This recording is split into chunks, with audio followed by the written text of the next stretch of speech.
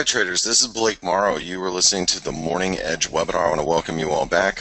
So I'm going to get our bias chart up, and we're going to get started. Okay, and let me see if there's any comments. I haven't even been able to see the comments this morning. I just coming in, and let's see. Sorry. Just getting situated. I'm a little behind the curve this morning with everything that I had to with restarting my router. It really screwed up my whole entire morning. It like put me a good 15-20 minutes behind, which when you are you know you're short on time first thing in the morning at 3 o'clock in the morning. It took me a little while to get my bearings straight.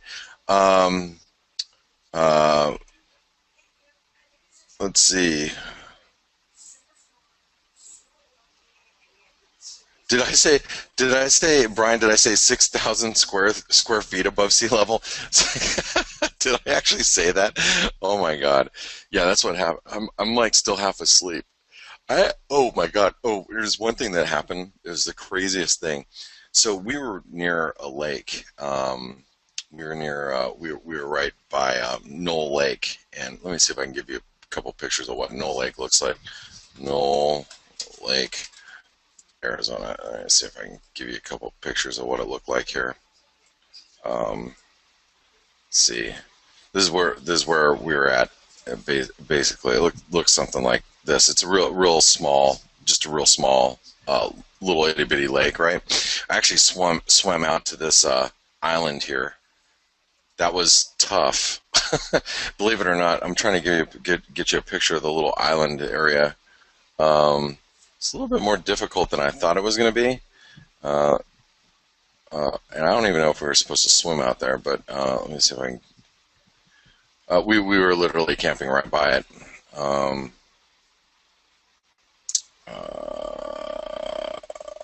Anyway, a lot of people don't imagine Arizona looking like this, but that's not it. Right there, you can barely see the island there, but that we swam from like this side to this side. Yeah, it's a little bit further than I thought it was going to be. Anyway, I we one night, well, it was actually yesterday morning at like 5 in the morning. You could hear. It was like maybe around 4 or 5. You could hear like a pack of coyotes. They must have killed something, but they start howling. And it sounded like a bunch of kids screaming at the top of their lungs. It was at like 4:30 in the morning. The sun was just coming up, and it scared the crap out of my wife. My wife got up and she goes, "What the was that?" And even the kids said, "Oh, Dad, mom said the F word."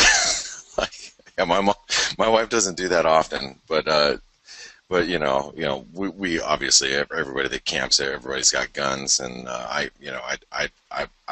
pack, of course, and I don't worry about that kind of thing because all I do is I'll just shoot off around and get everything else to scatter. It's no big deal, but it sounded crazy. It woke us up in the morning. It was nuts. Anyway, enough about that. It's time to get started. All right. So the euro. Let's talk about the euro dollar. So the euro, obviously the German IFO numbers, the IFO numbers were better than expected. We rallied back towards 110. 110 to me looked like a good area to be on the short side. I did not short the euro. I considered it.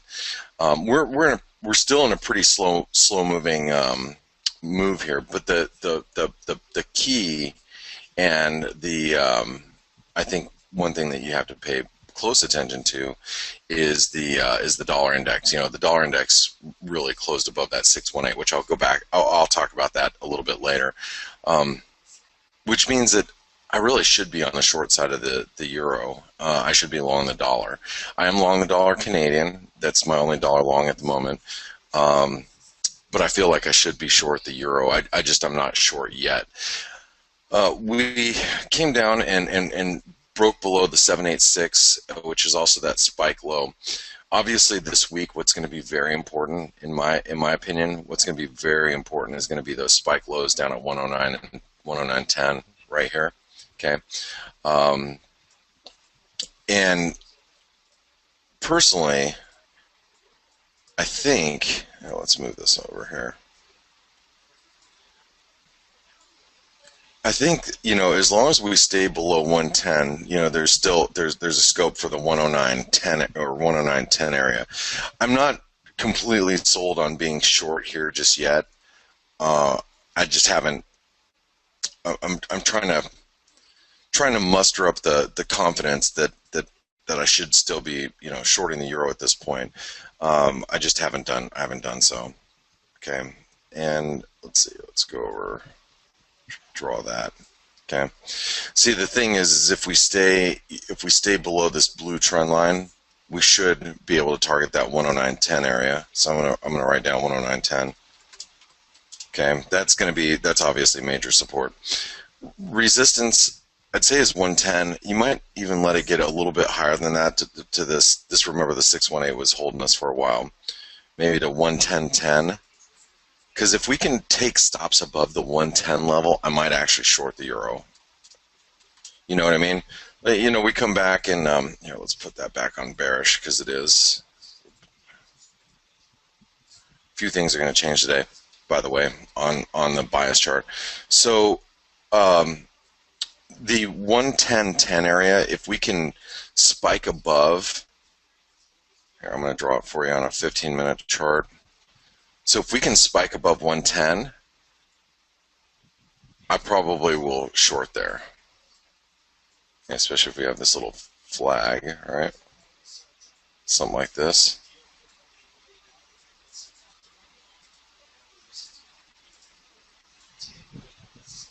Like, let's imagine we drop a little further.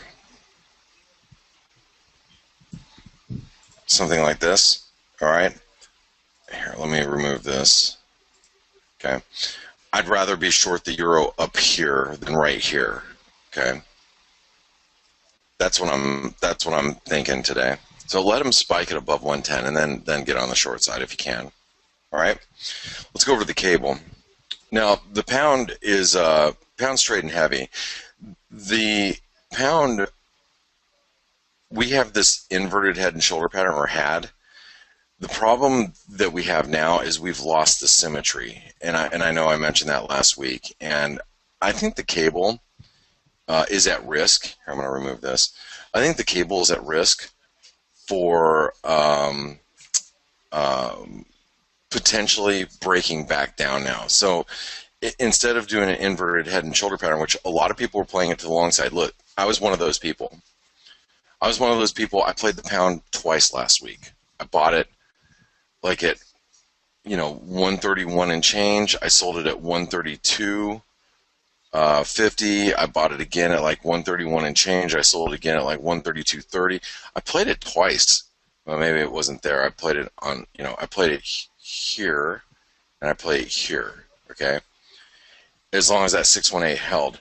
Now here's the thing: if we break through that 618, we break through that. Let me grab this. I want to grab that red line. There we go. We break through that. This cable is going to break down, and we're going to have a resumption of downtrend. I'm kind of happy about it, frankly. Between you and I, I'm really happy about it, and the reason why is because I really want to buy the cable at 125, at 124, 124, 125. I really,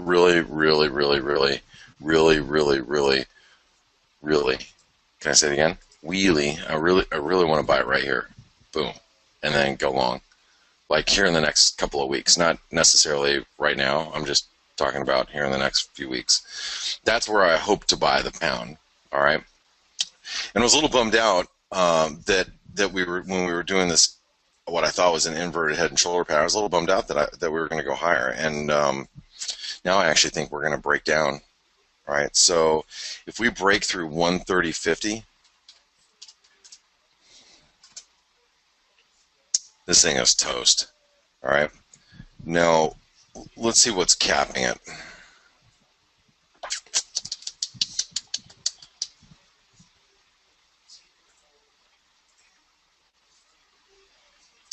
Obviously, that is.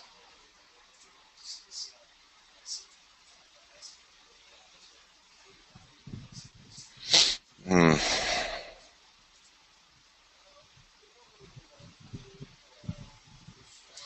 I mean, I'm going to write down resistance at 131.65 for now. Okay. Still bearish, especially while we're below 135. All right, let's take a look at the Swissy. Now, the dollar Swiss, in case you missed this the other day, we had a tweezer top, but it's had no follow through. I mean, we're like tweezer top, a lot of long wicks up here. I thought we would get back down to 97.60, ish. I mean, this thing's just not really moving, and I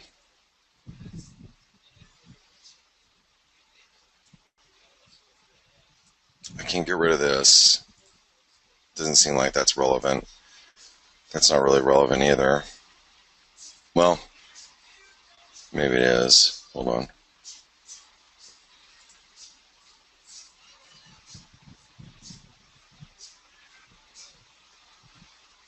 I mean, that's just 98.40, 98.40 and 99. I mean, the thing is if we break this 99.05, it is gone. Well, I'm gonna write down. I know I've been writing down 99 cents, but 99.05, 98.40, and you can't write off the dollar Swiss at this point, especially with the dollar in breakout territory. Okay, and but you never know. Maybe the dollar Swiss acts like the dollar yen, which we'll go into right now. Because the dollar yen, you guys know I trade it differently. I don't trade it like other dollar pairs. It's not if I'm bullish the dollar in general, it doesn't make me bullish the dollar yen. The dollar yen is completely on its own program. Um, there's some comments from Jordan again, really trying to talk down the Swiss franc today. But it's just all rhetoric, and it falls on deaf ears now. No one really pays attention to Jordan. Um, this dollar yen,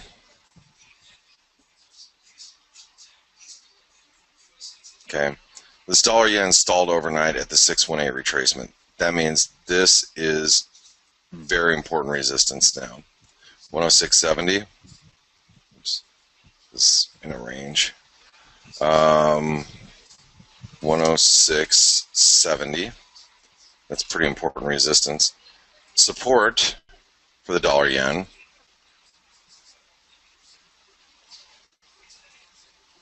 Let me get rid of this for a second. I just want to remove it. Huh. Huh.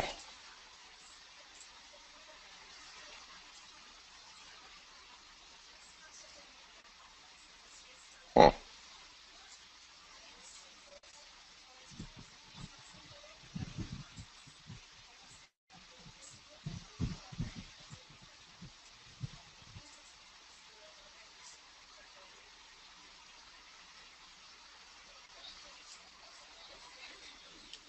That 106 should be pretty important support. If we break through this,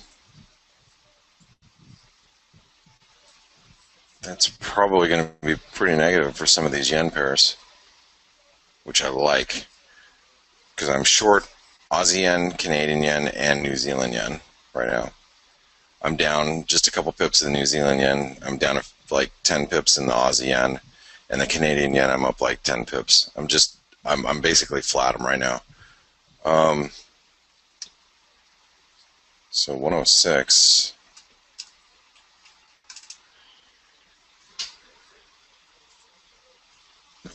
We're in range here too.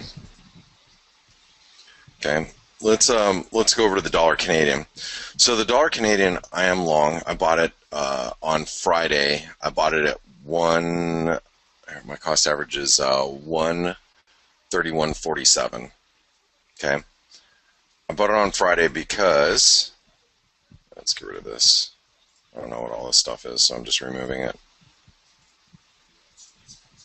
Okay, I bought it because we're in breakout territory, any which way you slice it. Now, if we take out the highs over here, which is 130, I think there's a 132, right? No, 131.87. Really? Is that it? Okay. So 131, here, let's grab this one. 131.87. So I'll just write down 131.90. Ooh, crude broke. I don't know if you guys saw that. Crude's breaking lower.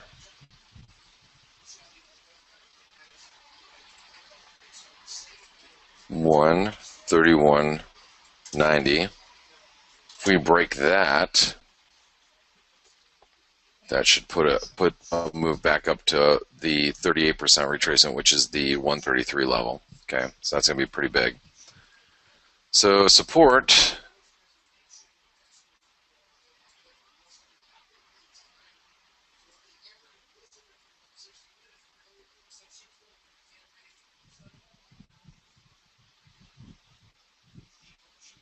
So if we come back down here towards the lows, like if we drift down here towards the lows, we're going to drift back down towards this trend line, which is actually pretty important.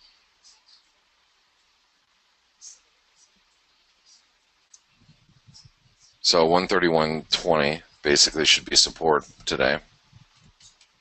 If you guys didn't get an opportunity to buy the dollar Canadian and we head down here, this will probably give you a good opportunity to be on the long side again. If, you know, not saying we're going to, it's just if. Okay. Let's go over to the Kiwi.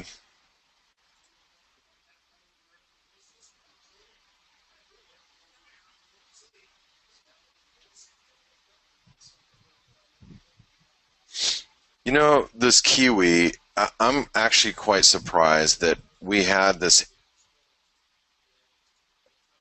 Hold on, let me remove all this stuff. That just didn't come over right from last week. So I'm surprised last week we had this hammer, right? See it right here. That hammer, it did not produce any upside. There's Friday. We got a doji, where I got another little doji right there. We can't even get above 70.10. I mean, we can't even get above this resistance, which is crazy to me. It just shows you how weak the Kiwi is. You know, the longer we hang out down here, the more bearish it is. Here, you know what? Let me get rid of this. I'm gonna get rid of this. Oops, not that one. Let me get rid of this. Let's get rid of that. Let's get rid of that. We don't need that. Let's get rid of this. Let's get rid of this. It's pretty messy, right? So let's grab this and let's move that right here. Oops, not there. Right here. Okay. That's like the sell zone. You know, we can't even get above it. The longer we hold below this, the more likely we are to just continue to fall. And so 70, I'll write down 70.15 and 69.50. This is bullish, by the way. Now, 70.15, and this will be 69.50. And we're, I want to almost put bearish, but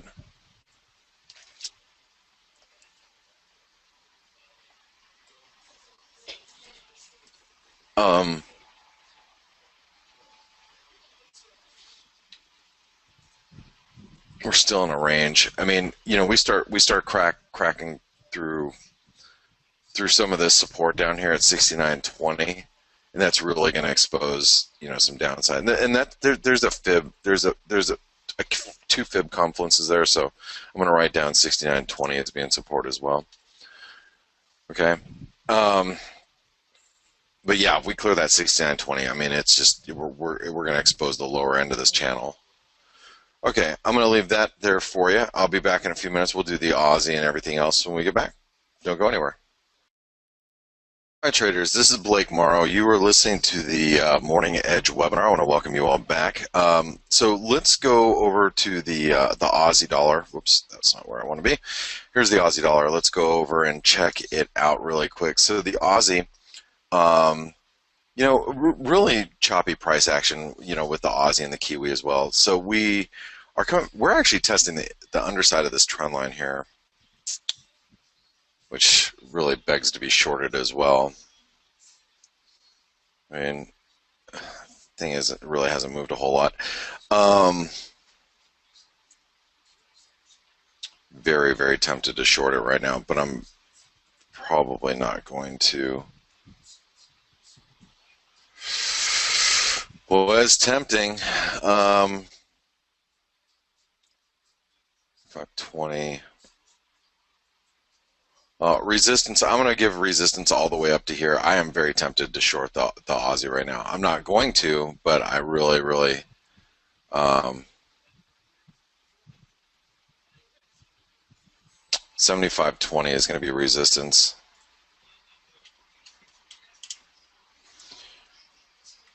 Support is obviously the 618 here, the low from, that's probably on Friday, right? So the low of 74.40.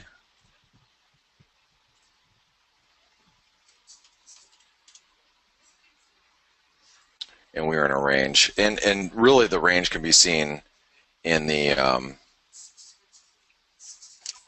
big triangle that we have here, okay?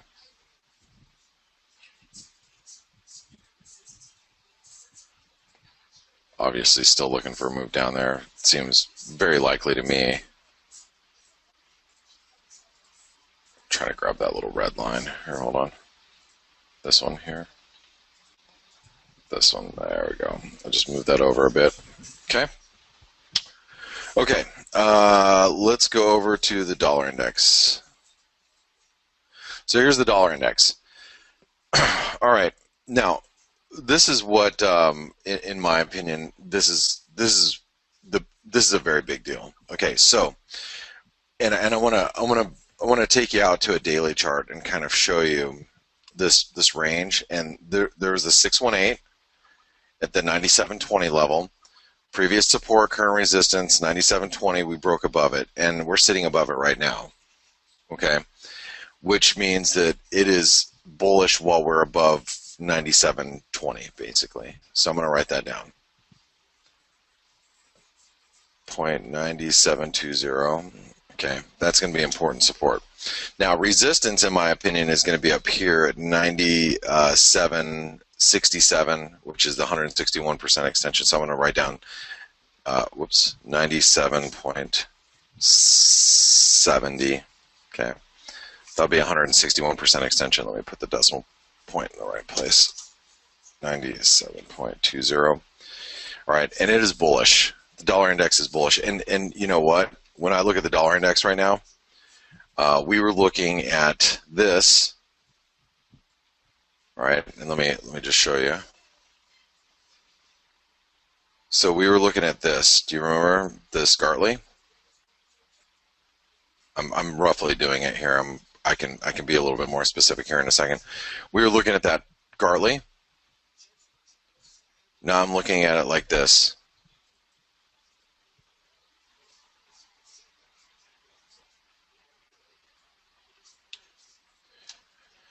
As the potential of a butterfly pattern, okay, which will take us all the way up here. That's why I actually want to be long the dollar, you know, and I want to short the euro, and I just would like to short the euro closer to 110. I'm very tempted to short the Aussie right now. tempted to short the Kiwi. You know, I'm long the dollar Canadian. I'm tempted to go long the dollar, looking for that now. That's if I, I'm not a predictor. I don't like to like predict. I mean, I predict to a certain extent, but like longer term views like this. Um, but I think there's just a lot of potential for the dollar at this point. Okay. Um, okay. So anyway, dollar index is bullish. Let's go over to the peso.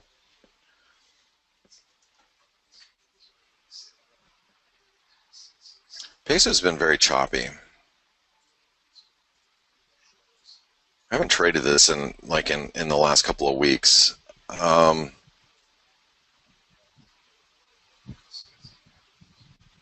618 is obviously holding, so I'll write down resistance as being 1869.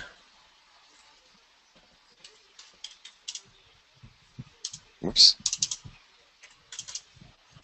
Okay. Um,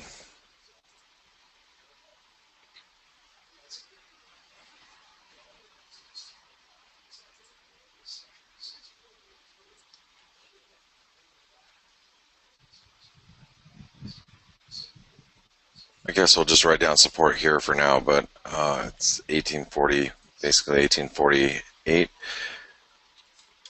I'm not really too excited about the peso at this moment. Here is the Norwegian krona.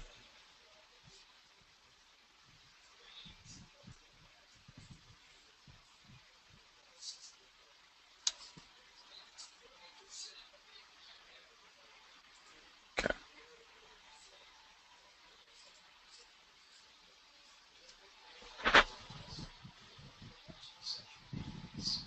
Speaking of a Gartley pattern,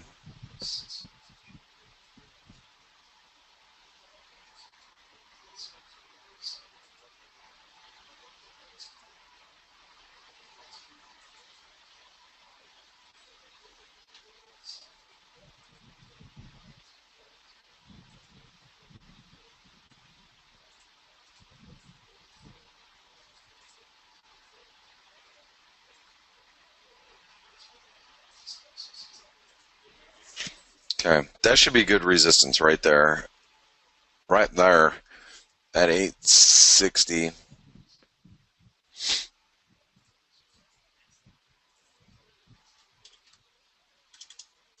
Okay. Support will be right back down here at 853.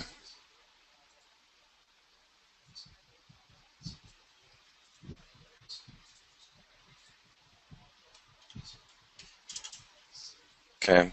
Yeah, we are in a range.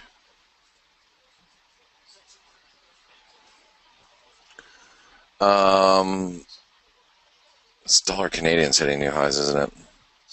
It is. I really feel like I need to be short the Aussie and the Kiwi right now. I'm just not. And short the euro at that for as well, but I'm not. Only long the dollar Canadian right now. Okay, here's the Swedish krona. And by the way, this is the range. Yeah, okay. Here's the Swedish krona. This thing is coming into very, very key resistance. This is critical. I'm telling you guys, if we break this spike high that happened, this is Brexit, the Brexit high. If we break this, I don't know if you're going to be able to stop the U.S. dollar Swedish krona. Honestly,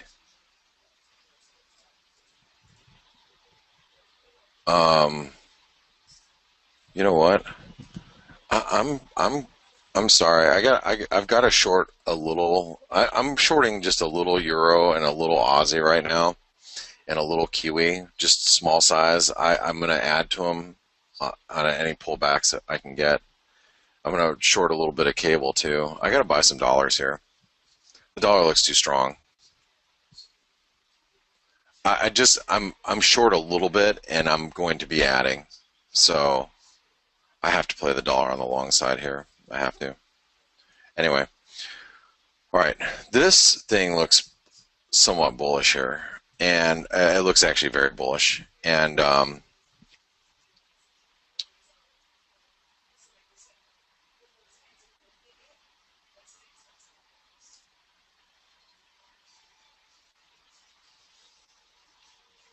I mean, the U.S. dollar Swedish kronas have been off of my radar for a while, um, but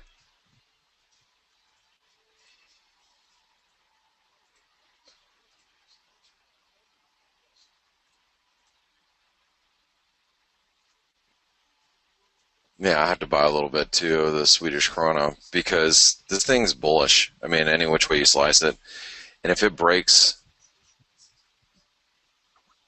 875, it is gone. Okay,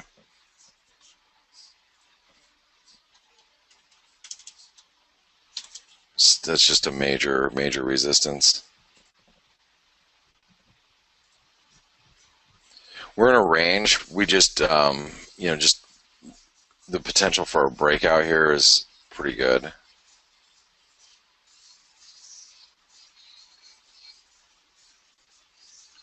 860. I'm just gonna write down 868. Uh, as well. Okay.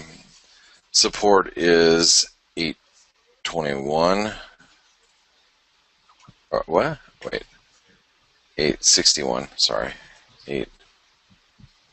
8.6100. Yeah, I'm buying some dollars today. I've got to. I feel like it you know needs to be done.